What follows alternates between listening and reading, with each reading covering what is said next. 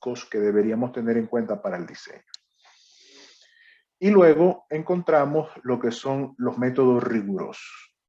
Los métodos rigurosos ya son métodos más específicos, más detallados, que a través de ecuaciones más complejas, de algoritmos más complejos, nos brindan una mayor precisión. Nosotros vamos a abordar esto a través de dos estrategias. La primera estrategia es que el shortcut es algo que es la primera parte de su asignación especial. Son esos cálculos que van a ir realizando, que van a desarrollar de manera manual, por decirlo así, para tener una serie de parámetros básicos, que luego los permita afrontar un modelamiento riguroso. Pero para el modelamiento riguroso, por cuestiones de tiempo, de alcance de un curso de pregrado, vamos a utilizar la herramienta computacional Aspen Plus para realizar ese modelamiento riguroso, que es una parte bastante laboriosa. ¿Okay? Como siempre, lectura recomendada, lectura obligatoria. ¿Okay? Yo creo que voy a cambiar la palabra recomendada por obligatoria. ¿Okay?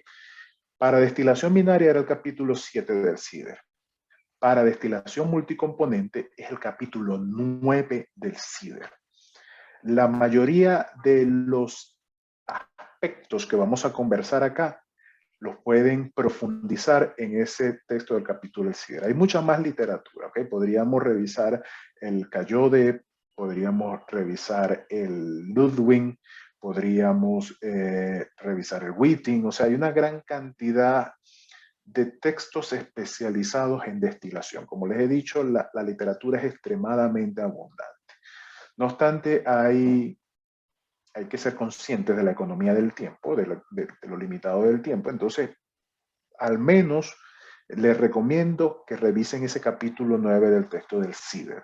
Revisen los postulados que están allí, que son los que brevemente trataremos de revisar en clase. Allí los van a profundizar, revisan las ecuaciones que están allí. De pronto en alguna de las ecuaciones que están en la diapositiva puede haber algún error de tipeo, de lo que sea. El caso es que no se conformen simplemente con lo que es este espacio. ¿Okay?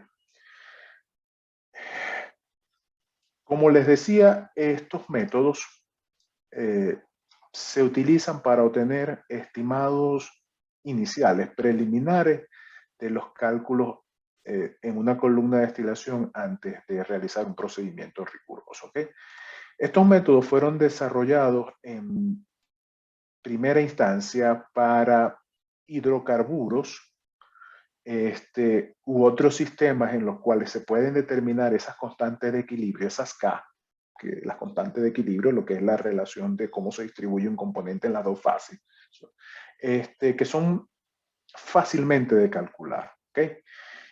Inicialmente estos métodos presentan ciertas restricciones. ¿Okay? Primero, de que cuando tenemos compuestos cuya volatilidad es muy cercana a la unidad, o cuando tenemos mezclas que son altamente ideales, que forman azeótropos o que presentan reacciones de descomposición, estos métodos no se deberían de aplicar.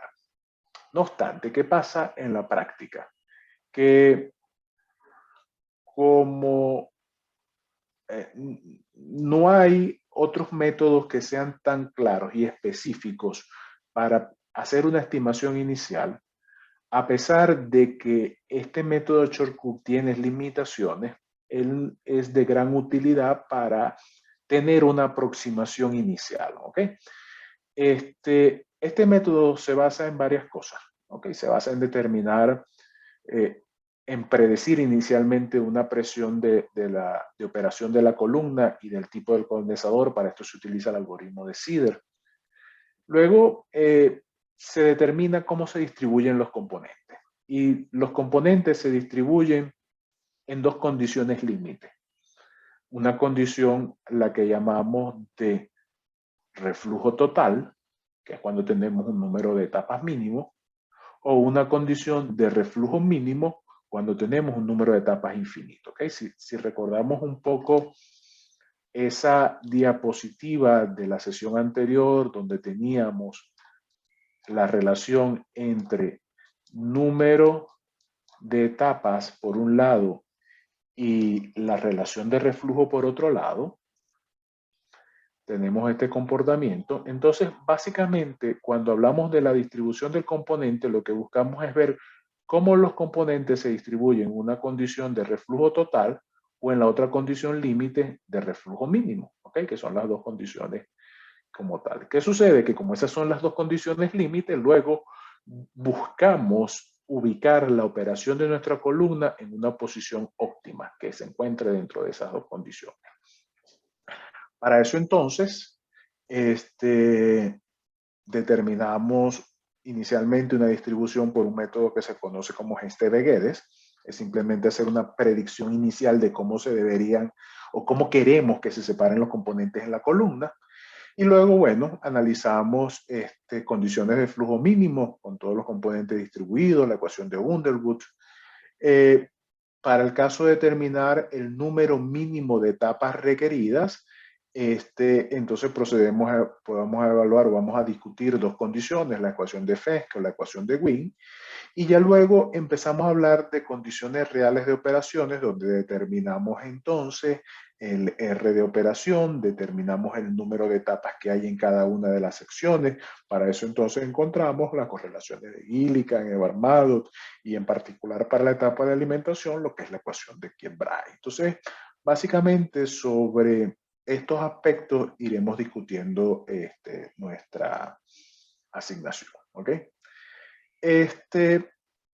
Lo primero pasa en una asignación o en un diseño es en seleccionar los compuestos claves, los compuestos de interés, ¿ok? En ese sentido, entonces vamos a ver cómo ha sido, cómo han visualizado esto a través de sus asignaciones. Vamos a ver, por ejemplo,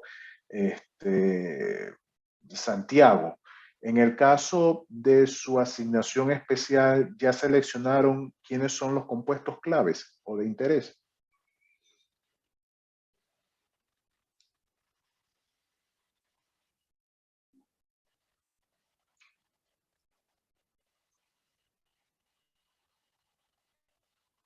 Santiago.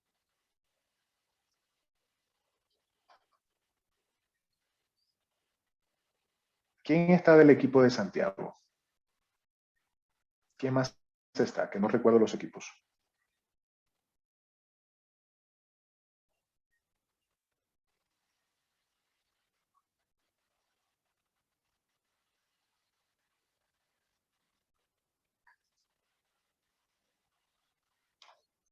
Equipo de Santiago.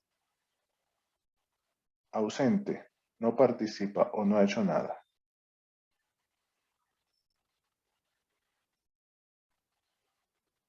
Déjenme tomar nota.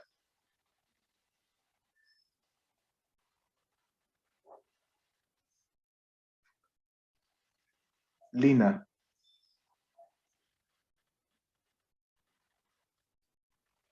Lina.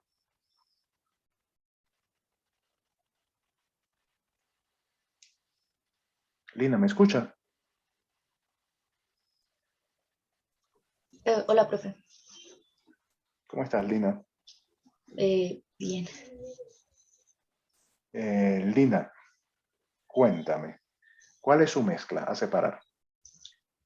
Profe, la verdad, hasta el momento nosotras no hemos avanzado en la asignación. Ok. Gracias por la sinceridad, eso es muy importante. Sí, disculpas, profe.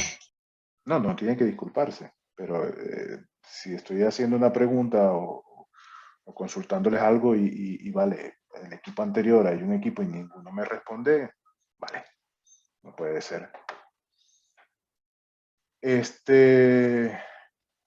A ver, ¿quién ha evaluado lo que significan componentes claves en su mezcla? ¿Qué equipo? ¿Quién quiere traer a su situación particular a colación para que la discutamos?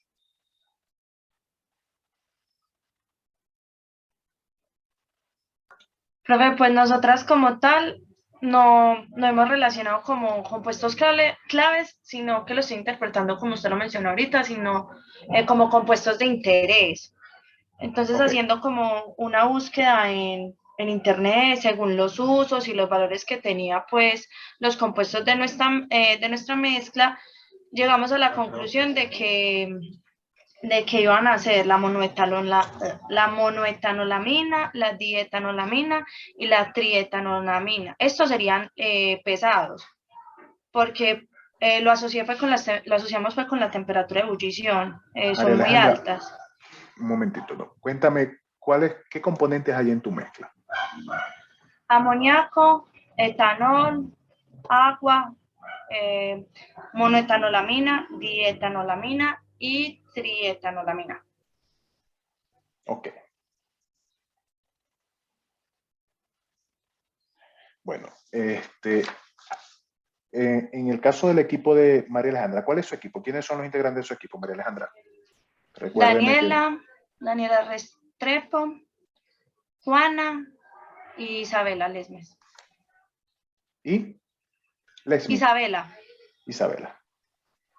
Bueno, en el caso del equipo de María Alejandra, Daniela, Juana, Isabela, tienen una mezcla de amina. Es una mezcla típica, ¿no? A nivel de petroquímica, en el sentido de que las monoetilaminas, dietanolaminas, trietanolaminas son compuestos que se sintetizan para procesos de absorción, ¿ok?